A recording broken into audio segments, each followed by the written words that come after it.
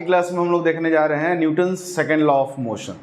So as you know that what is the second law of motion? The rate of change of momentum of a body is directly proportional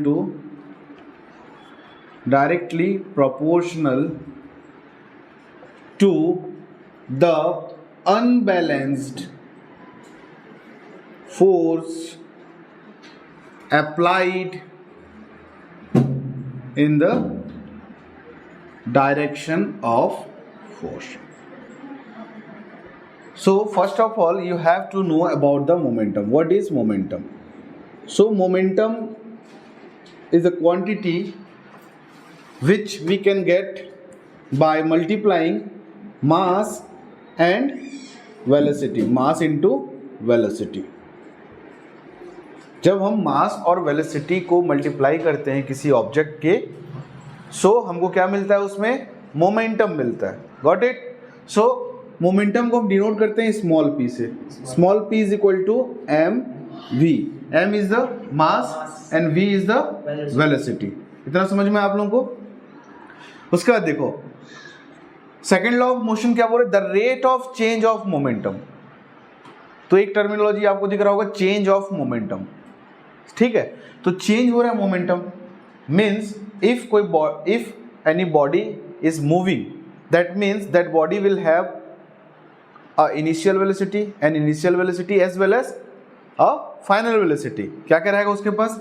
एक initial velocity रहेगा, that body will have an initial velocity, जिसको हम किससे represent करते हैं बेटा? U say. Okay, and similarly a final velocity which is represented by small v. Both are vector quantity, you know that.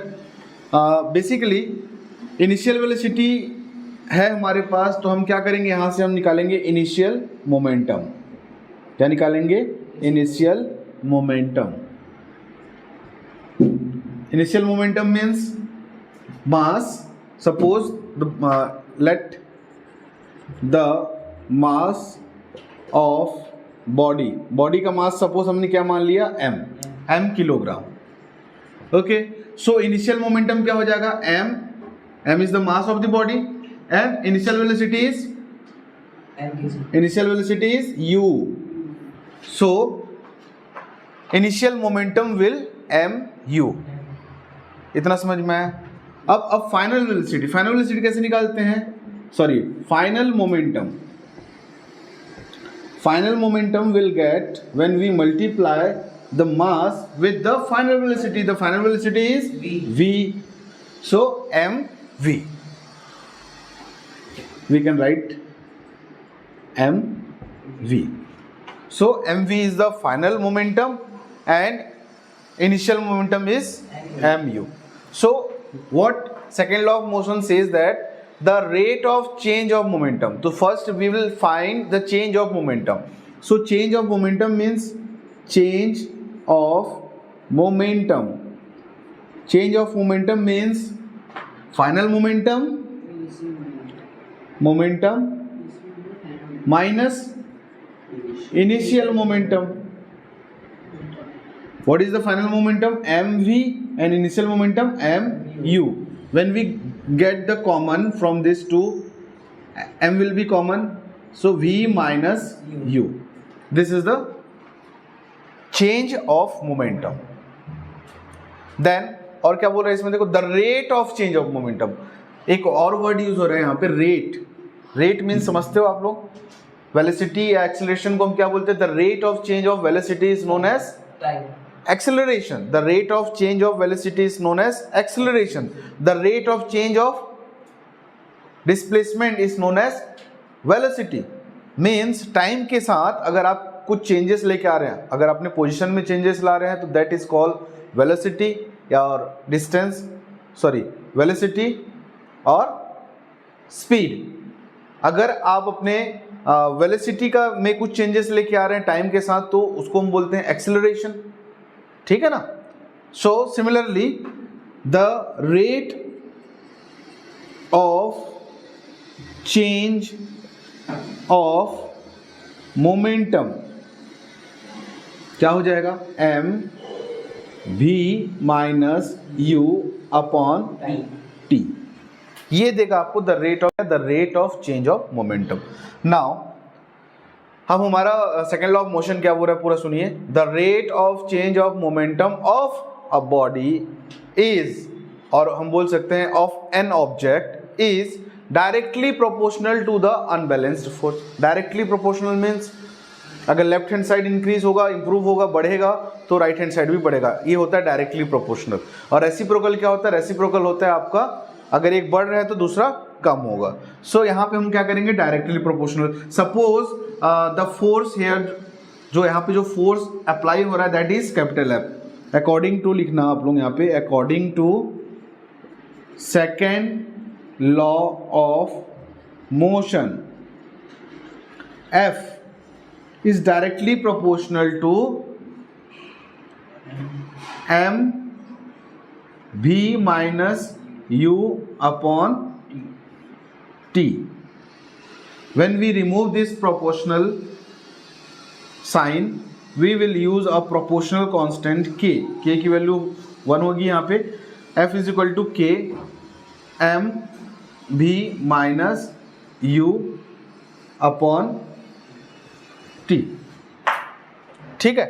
सो हमको क्या equation मिल रहा है यहाँ पे, F इज इक्वल टू मिल रहा है हमको के M v minus u by T. इतना को क्या बोलते हैं हम, change in velocity. The rate of change of velocity is known as acceleration. So F is equal to k m a, ये हमको यहाँ मिल गया। We know that A is equal to change in velocity upon time. So हमको equation second law of motion से equation मिला that F is equal to, if we put K is equal to 1 here then F is equal to ma।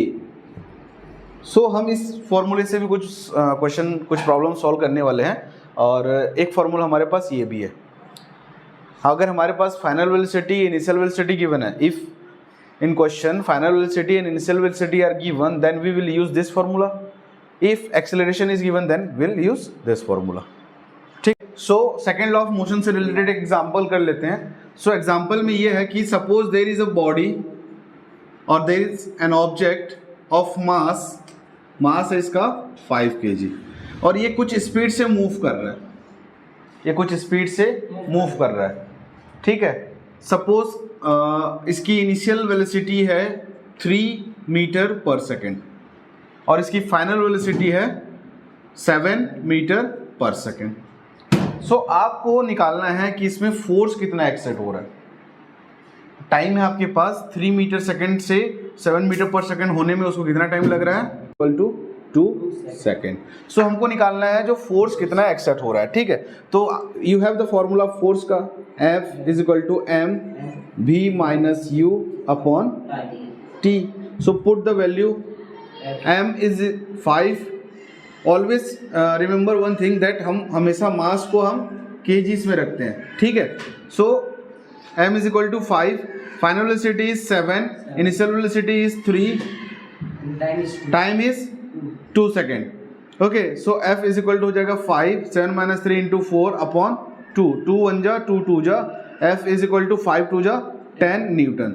तो इसमें कितना Newton force लग रहा है, का फोर्स लगेगा 10 न्यूटन का फोर्स एक्सर्ट होगा इसमें, ठीक है। तो सिमिलरली अगर हम इसको आगे कंसीडर करें, suppose we are applying 10 newton force for 5 second. कितने सेकेंड के लिए हम अप्लाई कर रहे हैं, 5 सेकेंड के लिए हम अप्लाई कर रहे हैं 10 न्यूटन फोर्स, और इसका इनिशियल वेलोसिटी है 3 मीटर पर second again. So what will be the final velocity of the object after 5 second. So again we will use same formula, F is equal to m v minus u by t. तो यहां से हमको क्या निकालना है, v निकालना है। तो v के लिए हमको पहले फॉर्मूला जनरेट करना पड़ेगा।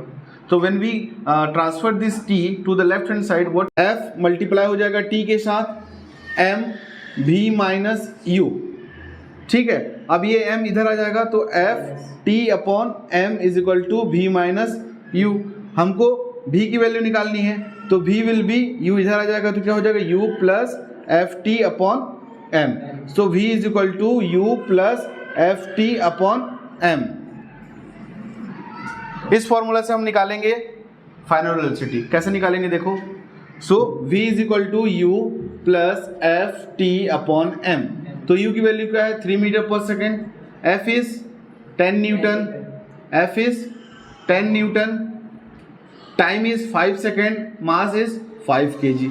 ठीक है, तो मास और ये कैंसिल हो जाएगा और 10 + 3 हो जाएगा आपका 13 मीटर पर सेकेंड। सो 13 मीटर पर second will be the final velocity of that object. समझ में आया क्वेश्चन?